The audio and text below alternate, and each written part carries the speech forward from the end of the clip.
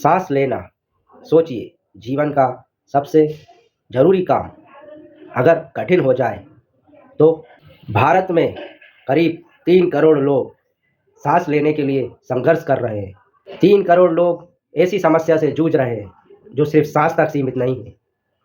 ये उनके दैनिक जीवन को और उनकी फाइनेंशियल कंडीशन को भी प्रभावित करती है। यह एक क्रॉनिक नॉन कम्युनिकेबल डिजीज़ है, यानी लंबे समय तक एक दूसरे से न फैलने वाली बीमारी। बढ़ता वायु प्रदूषण, धूल और एलर्जी, धुआं, स्मोकिंग या घरेलू उपकरण जो धुआं, लकड़ी और गोबर को ईंधन के रूप में इस्तेमाल करने पर जो धुआं उत्पन्न होता है, तथा शहरीकरण और औद्योगिकरण इस बीमारी को बढ़ाने में मुख्य भूमिका निभाते हैं। यह बीमारी सिर्फ मेडिकल समस्या ही नहीं है, बल्कि एक सोशल और इकोनॉमिक समस्या भी है। इस बीमारी के चलते इंसान का जीवन बहुत दुखदायी हो जाता है और ये उसकी दिनचर्या को बहुत बुरी तरह प्रभावित करती है। शिक्षा, रोजगार और देश की अर्थव्यवस्था सबको इसके प्रभाव में देखा जा सकता है।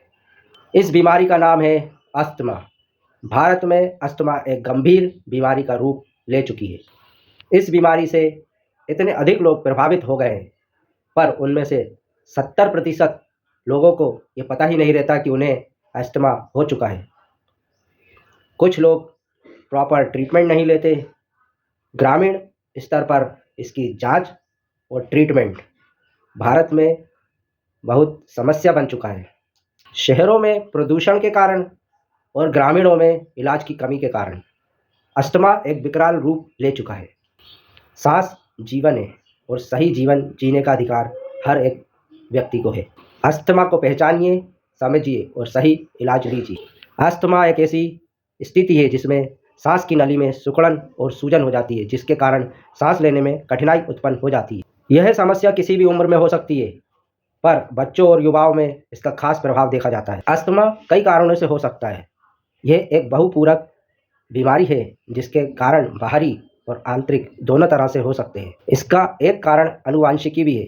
यदि परिवार में इतिहास है कि किसी को अस्थमा है, तो उस परिवार के बच्चों में अस्थमा होने की संभावना अधिक होती है।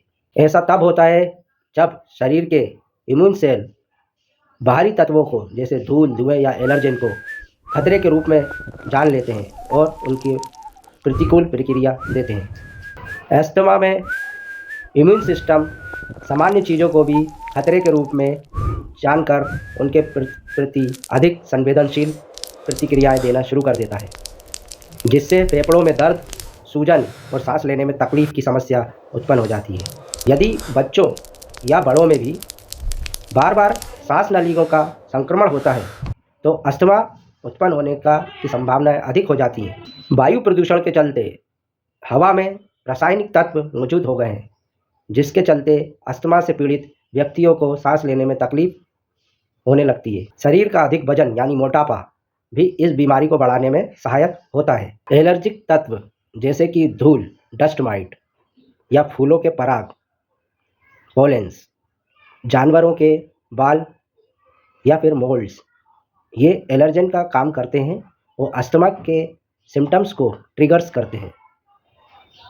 अस्थमा के पेशेंट्स को ये पहचान होना चाहिए कि उन्हें किस तत्व से एलर्जी है और उसे दूरी बनाए रखें। अस्थमा के मरीजों में एनवायरमेंटल सिचुएशंस भी ट्रिगर का काम करती है, जैसे कि वेरी कोल्ड वेदर हो, अधिक ह्यूमिडिटी वाला वेदर हो, एयर पॉल्यूशंस या फिर वेदर चेंज की कंडीशन में भी ये ट्रिगर हो सकता है। अस्थमा का ट्रिगर स्ट्रेस या रिकरेंट इन्फेक्शन भी हो सकता है।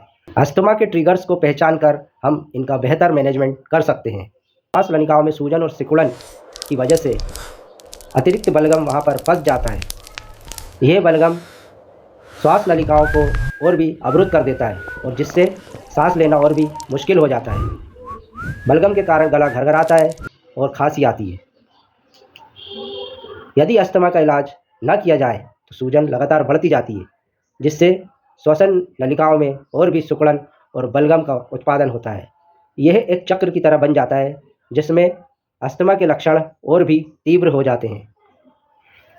अस्थमा एक जीवन भर चलने वाली बीमारी हो सकती है, पर इसका शुरू में ही जांच की जा अगर इसकी पड़ताल शुरू में ही हो जाए तो इस बीमारी को अधिक बेहतर ढंग से मैनेज किया जा सकता है।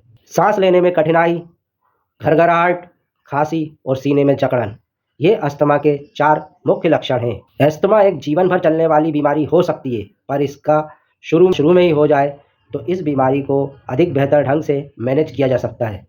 वीडियो को अंत तक देखने के लिए धन्यवाद।